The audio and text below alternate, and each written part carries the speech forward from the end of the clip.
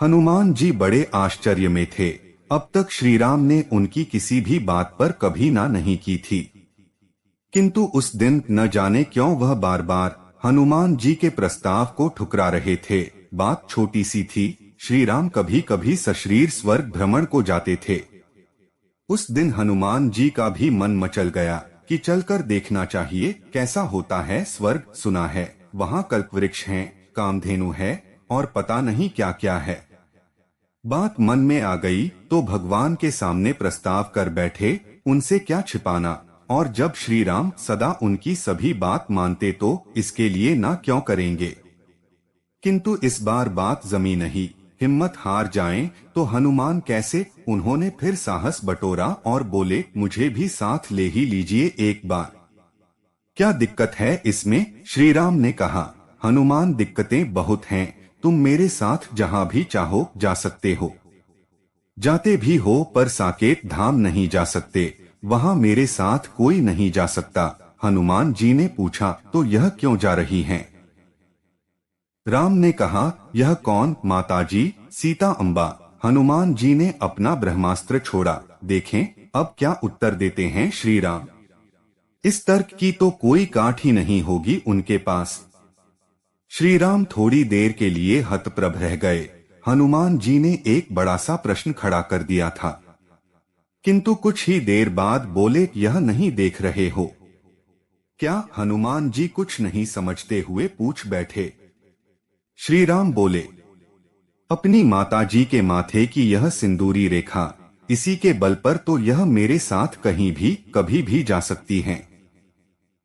यह सुनकर हनुमान जी सोचने लगे, तो इतना करामाती है यह चुटकी भर सिंदूर जो सीता माँ को सदा श्री राम के समीप बनाए रखता है।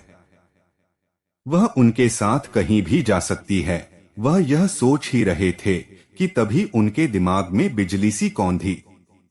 वह तत्काल बाजार की ओर लपके एक दुकान में घुस गए। सिंदूर के एक बोर से चुटकी भर सिंदूर निकाला और लगे अपने सर पर लगाने। पर सिंदूर को वहां नहीं टिकना था, सो नहीं टिका। भला रोम भरे उनके ललाट में माता सीता की तरह कोई सिंदूरी रेखा बनती भी तो कैसे। एक क्षण को हनुमान जी निराश हुए। बनी बनाई बात बिगड़ रही थी। सिंदूर धारण नहीं कर सके तो स्वर्ग कैसे जाएंगे। हिम्मत का नाम ही हनुमान है। एक बात तत्काल उनके दिमाग में आई, नहीं चढ़ता चुटकी भर सिंदूर उनके सिर तो न चढ़े, पूरा शरीर ही लाल कर लेंगे। उन्होंने आव देखा न ताव, पूरे बोरे को शरीर पर उड़ेल लिया। वे प्रसन्नता से भरकर सड़क पर दौड़ चले। पूरा शरीर सिंदूर से भरा था, अब कैसे रोक पाएंगे श्री राम उन्हें साथ ले जाने से। पर कुछ ही देर बाद हनुमान जी के होश उड़ गए। सिर से पांव तक का सारा सिंदूर झड़ चुका था।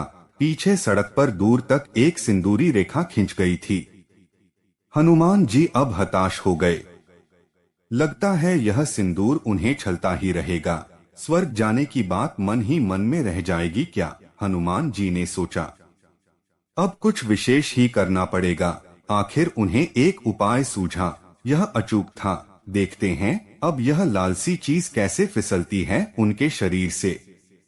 पहले वह एक तेली की दुकान में घुसे। सरसों के तेल का पूरा कुप्पा शरीर पर उड़ेल लिया। सर से पांव तक के केश तेल से भीग गए। फिर वह पंसारी की दुकान पर गए और सिंदूर का दूसरा बोरा शरीर पर डाल लिया। तेल सने केशों से सिंदूर जा चिपका। अब उसे कहां और कैसे फिसलना था। उसी वेश में वह सड़क पर तेजी से दौड़ पड़े। पीछे मुड़कर देखा कि सिंदूर का एक कण भी शरीर से नहीं गिरा था।